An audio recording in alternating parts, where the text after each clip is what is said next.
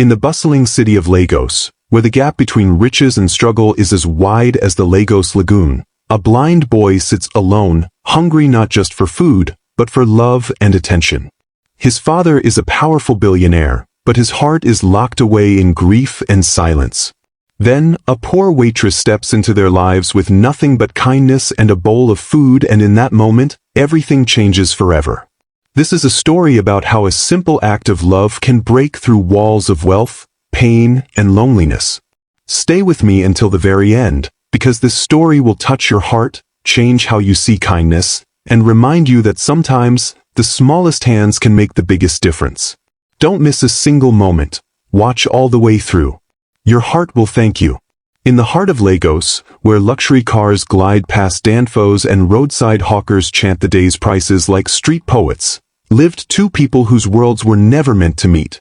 One was Chief Tunde Irako, a billionaire business mogul known from Banana Island to Victoria Island. His name was tied to everything from oil blocks to real estate towers, and his handshake could make or break a politician's future. But wealth hadn't shielded him from pain. After losing his wife to childbirth, he became a widower and a father in the same breath. His only son, Abalua, was born blind. Chief Irako, despite his fortune, had never figured out how to love the boy properly. He provided the best schools, caretakers, even a private wing in their estate with sensory walls and classical music therapy. But he kept his distance. Maybe the boy reminded him too much of what he lost. Maybe he feared he couldn't love someone he couldn't see. On the other side of Lagos, in the buzzing streets of Surulere, lived Amaka, a 24-year-old waitress at a small buka named Mama Ikaet Spot. She served pepper soup to tired workers and dished umla with swift precision. Amaka wasn't born into wealth. Her mother sold oji at the market. Her father had died when she was 10. Her life was hard, but her heart remained soft.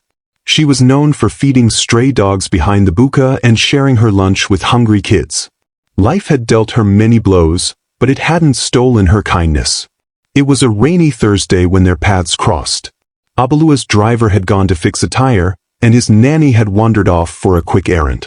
The boy had insisted on waiting at a quiet corner of the buka, where his fingers could trace the wooden carvings on the walls. He sat quietly, cane across his lap, head tilted, listening to the hum of conversation, the smell of fried plantain wafting through the air. Amaka noticed him from behind the counter. A small boy, around 8, neat but alone, touching the table carefully like he was trying to read a story through touch. She walked over with a bowl of jollof rice and quietly placed it in front of him. "I didn't order anything," he said, not moving. "I know," she replied, "but you smell like you'd enjoy it. Don't worry, I won't charge you. I cooked it myself." The boy smiled faintly, unsure. She gently placed a spoon in his hand and guided it to the bowl. Then she sat down beside him and began telling stories as he ate, funny ones about customers and their weird food orders. For the first time in a long while, Abalua laughed. And someone watched them from afar. Chief Irako had arrived quietly, stepping out of his black G-Wagon with tinted glass, searching for his son. He had expected frustration, maybe tears.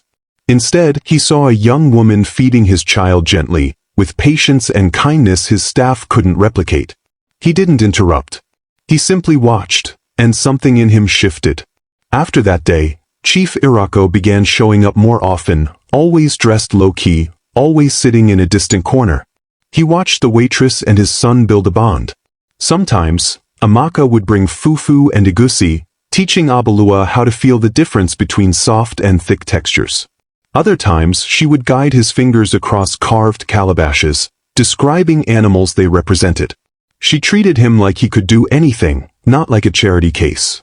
One afternoon, Chief Irako finally spoke. "You're good with children." Amaka, startled, turned around. I didn't mean to overstep, sir." He shook his head. "No. I should thank you. That boy is my son." Her eyes widened. "I never thought anyone could reach him like that. Not even me. That the hard way." So, he decided to test her. He offered her a job, a caretaker at a sensory development center he funded in Lekki. Triple her current pay. A proper apartment. Uniforms. Pension. He told her it had nothing to do with Abalua, but it was a test. She turned it down. Sir, I appreciate it, but I'm still helping my mother pay hospital bills. If I move far, who will take care of her? Let me stay where I am. That night, Chief Irako drove home in silence, thinking. A week later, Mama Ikoet's buko was shut down by the health board. Some say it was politics. Others say a bigger restaurant paid officials to clear the competition. Amaka was devastated. She had nowhere to work. Her mother was due for surgery. And worse, she didn't want to beg. The next morning, a black SUV pulled up beside her near Ojulegba. The window rolled down. Still too proud to take help? Chief Irako asked. Amaka sighed. It's not pride, sir. I just don't want to be kept. I want to work. Honestly. He smiled. Then come work, with dignity. She took the job, but not as a caretaker. Chief Irako made her a child development advisor. She worked with therapists, designed activities, and led a storytelling club. Abalua flourished. He began using a braille machine. His confidence grew. His laughter became regular. Amaka began wearing skirts that weren't patched. She started saving. Her mother got the surgery. She even paid for her younger brother to return to school. One day, Chief Irako called her into his study. You've done more for that boy than anyone ever has, including me. She smiled. He just needed to be seen. He paused, then added softly, and so did I. Months passed. People gossiped. They said the billionaire was in love with the waitress. Others claimed she used jazz. But Amaka never flaunted her closeness to him. She respected him.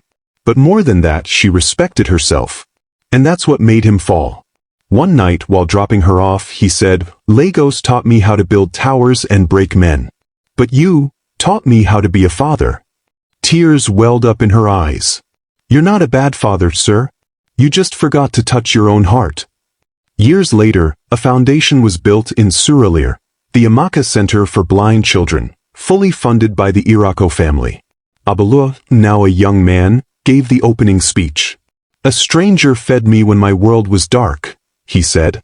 And in that moment, she lit a fire that even blindness couldn't put out. Chief Irako, seated beside Amaka, now his wife, smiled. The girl who once fed his son had ended up feeding every corner of his life, with grace, courage, and love.